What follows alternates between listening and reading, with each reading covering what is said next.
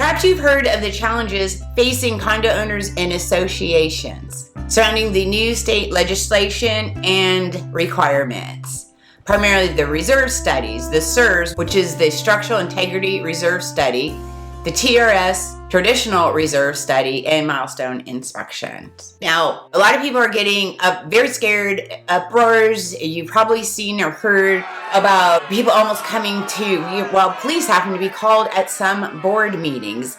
And I believe a lot of it is because people are not being informed enough, and they're scared, and they're scared for good reason. There's talk about them doubling the HOA fees, which have already gone up for most of us. And to get another hit could wipe out many, many seniors. And Florida is primarily seniors. It's a retirement state. These people are on fixed incomes, and I don't blame them for being scared. This video is to get the hopes out that they can be more informed and know what's going on and maybe help eliminate some of that fear. So the first thing is you need to really understand what a reserve study is if you don't already know. Reserve studies are crucial for condos. They're studies that determine the useful life, remaining life, and the estimated replacement cost for certain important structures in your condo complex. These studies need to be done so they know how they're funded. So one day when the roof needs done, you don't need to pony up $100,000 or a couple $100,000 or $1 million to get a new roof. You've had these studies done. They know how long there is until this roof needs to be redone. So how much should be funded. Make sense? And if you didn't have these reserve studies, when unexpected things come along, there would be no money to fund these repairs and costs. And then everybody, again, would have to pony up absurdly amounts. And those, again, on fixed incomes or just the everyday 9-to-5er, or most people just cannot afford to come up with $50,000 within a couple weeks' time. So reserve studies also generally consist of two parts: the component inventory and the financial analysis. The component inventory identifies, again, what is the useful life and how long is it going to be until it's going to need to be repaired, fixed, or replaced. And then the financial analysis is how much money should be set aside to fund the future repairs or replacement of the structural parts of your condo complex to ensure funds are there when needed. The Structural Integrity Reserve Study, also known as the SIRS, S-I-R-S, in 2022, the state mandated all condo complexes within 3 miles of the ocean are to have a Structural Integrity Reserve Study done by December 31st, 2024. And what it does is it studies basically anything for the safety of the building so we don't have another collapse where 98 people, unfortunately and unnecessarily, lost their lives down there, Surfside, down in South Florida, Miami area. And so after the SIRS studies and everything needs to be fully funded, and I believe we have up to 8 years, we won't have to keep kicking the can down the road on these repairs and then the structure just falls apart and collapses. I think it's for a good reason.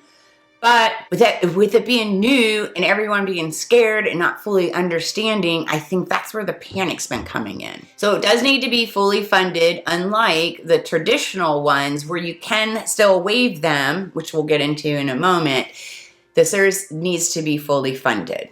And another reason is also it cannot be no special assessment. It has to be funded. You cannot do a special assessment for the new law. Another thing that's making everyone a little fearful, which I get, is that board members are held liable, which could result in fines or possibly jail time.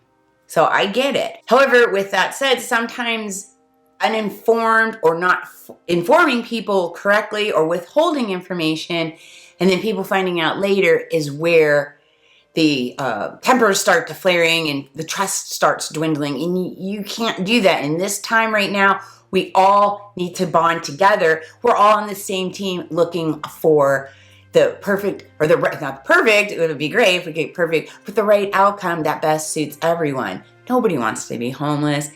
And when board members communicate or lack of communication, people get scared. Now, the traditional reserve study, the TRS, is another study, and that'll do the non-structural components of a building, such as the elevators, pool, common area lighting, things like that. Now, although those components aren't maybe like safety, but it shouldn't be looked as not as important. These still need to be funded as well because, as you know, this could turn into much bigger issues down the road if your pools and elevators and things like that aren't kept up. What could happen is your building starts looking really shabby and it could affect the sales, the future sales in your building. Who wants to buy into a building that looks like it's falling apart, even if it's not the structural, but like the pool looks real cruddy or the elevators hardly work or the lighting's missing and things like that. And maybe, I know a lot of you are saying is, well, I never plan on moving. This is my forever home. I can't count how many times I have heard that. And unfortunately, sadly, I get it. You really feel that. Life happens. Deaths occur. Job losses occur. And people are forced to move. I've had it happen as soon as within a few years. Veronica, I'm buying this home. I'm never going to move. It's my forever home. 2 years later, they're like, oh no, my in-laws are so ill. We can't move them down here. We must sell our home and go live with them. Or my husband died, I can no longer afford it, I must sell. Or we lost our job, we don't know what we're gonna do, but we do know we gotta sell our forever home. It happens. And even if you're on fixed income, you're not worried about all that, don't you wanna leave your kids or whoever you're leaving your property to in good shape? Always want to protect your property values. Another thing could happen is insurance companies might increase the rates if things aren't properly taken care of or drop you altogether. So that's why it's important to continually making sure the traditional reserve studies are done and kept up to the best you can during this time. I understand during this time, it's kind of hard for those of us that are owning now because the people before us were just taking, I guess, a free ride, didn't have to worry about all this. And now we have other things to worry about too, but it's just as important to continue doing the traditional reserve study or at least take into huge consideration to keep those up as well. You can waive some of those, unlike the SERVs, but do you want to waive them? Make sure you do your due diligence and your research. Then we also have the milestone inspections. The state also mandated milestone inspections for any condominium, again, within 3 miles of the ocean and 3 stories tall or higher. And that does include the garage. So if it's a condo that's 3 stories plus a garage, or 2-story, 2-level condo, but it has a garage, that's considered 3 stories. And the inspection needs to be conducted by a licensed engineer. And they will go ahead and evaluate and identify any necessary repairs that might need to be done during the milestone inspection. And now the milestone inspection is crucial also. This all really boils down to the safety of your home, where you're living or your investment, if it's maybe your second home, and keeping it up for resale and insurance values as well. The milestone inspections will go over the exterior conditions, such as balcony, caulking, expansion joints, painting, stuff like that. It also goes over the structural elements, which involves inspecting post-tension cables, rebar, waterproofing, and other critical components that contribute to a building's integrity. Now, on the ones that you can delay the restoration work, because there's risk involved with that as well. If you keep delaying them off, like the pools and the interior lighting and things like that, well, later on, the cost, as we know, always goes up and there could be a huge spike. Remember a few years back, like windows during the boom were in crazy demand and the prices were ridiculous. Well, we never know what the future's gonna hold, right?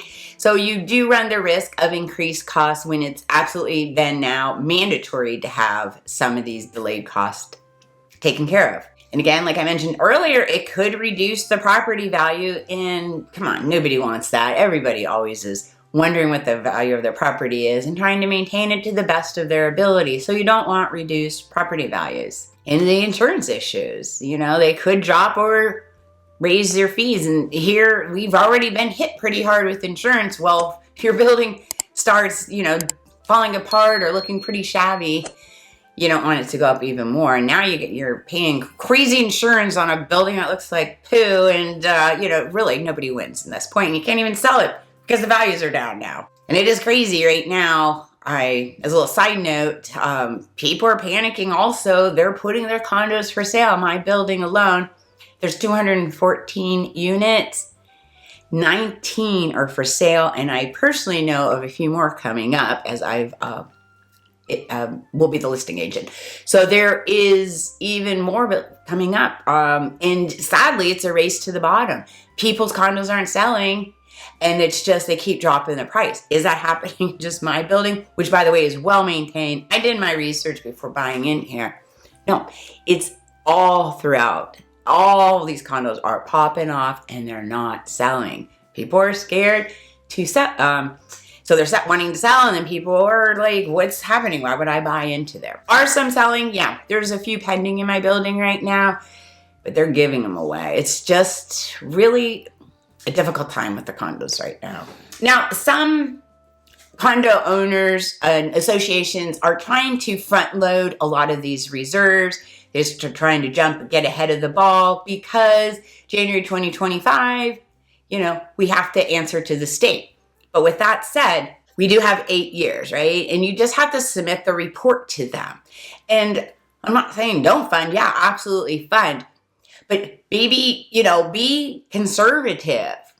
You have 8 years. And if you fully fund, you can't even apply for these grants. I had somebody text me the other day, yesterday actually, and there's a proposed grant would give condo associations up to $175,000.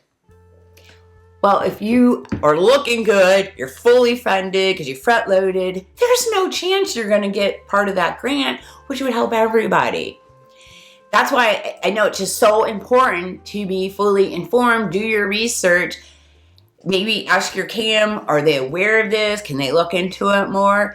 And this could really help a lot. I mean, it's almost $200,000. And again, I get it, especially if you're on the board and you're worried and you're scared, or you're stressed. I know I appreciate all our board members. I would never want anyone to be held liable for anything.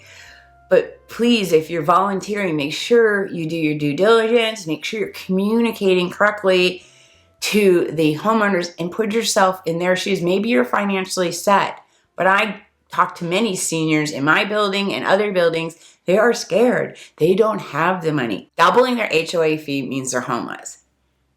And with all the condos hitting the market and still coming on, they've been on the market forever, they're dropping prices, they can't even sell. They're just going to lose their home. And that's not what anybody wants. I know that. So my recommendation is stay informed. Watch videos like this. Watch other videos. Read as much as you can. If you know anybody, that's scared or whatever, go ahead and share this video with them. Reach out to me if you have a few questions. Comment below. We can help each other. Participate in the meetings if that makes you feel better. Me personally, I don't like anything. I can't stand when people just fight and they're uninformed. I think it's just like, I don't know how to delicately word it, but a bunch of uninformed people just arguing doesn't make sense. It's just very stressful. Nothing gets done. So until a lot of this settles down, I don't always go to the meetings, or I can't stay very long because it's just a huge waste of time. You're not going to get anything once you start raising your voice. I don't understand why people do that. I guess I do, but it's not the way to go forward. So I'm hoping videos like this will help. Budget accordingly. Make sure you're not overfunding. Make sure you look into all possible grants. There may be more out there. See what you are capable of doing. And will there be an increase for everyone? I think there will be. I don't think anyone should be underfunded. I think I've heard of some buildings like, we're fine. We don't have to do anything. I think there's some buildings that are going to be underfunded, and that's not going to be good because that's going to cause more havoc later. So just make sure you budget accordingly or the best of your abilities. And address issues early. That does save. We all know that. You take care of a small problem now before it turns into a big problem. Consult experts. You're right, as a condo owner, you should be consulting experts. Now, it might not necessarily mean the people in your building that heard something from somebody. Maybe consult legal or a financial expert. Navigating these new condo laws are scary. It's new. It's scary for a lot, but we can get through this. And again, if there's anything I can do for you, feel free to comment below. Make sure you subscribe, as I'll have more videos coming out, and please share this video with anyone you think it can help. Until next time.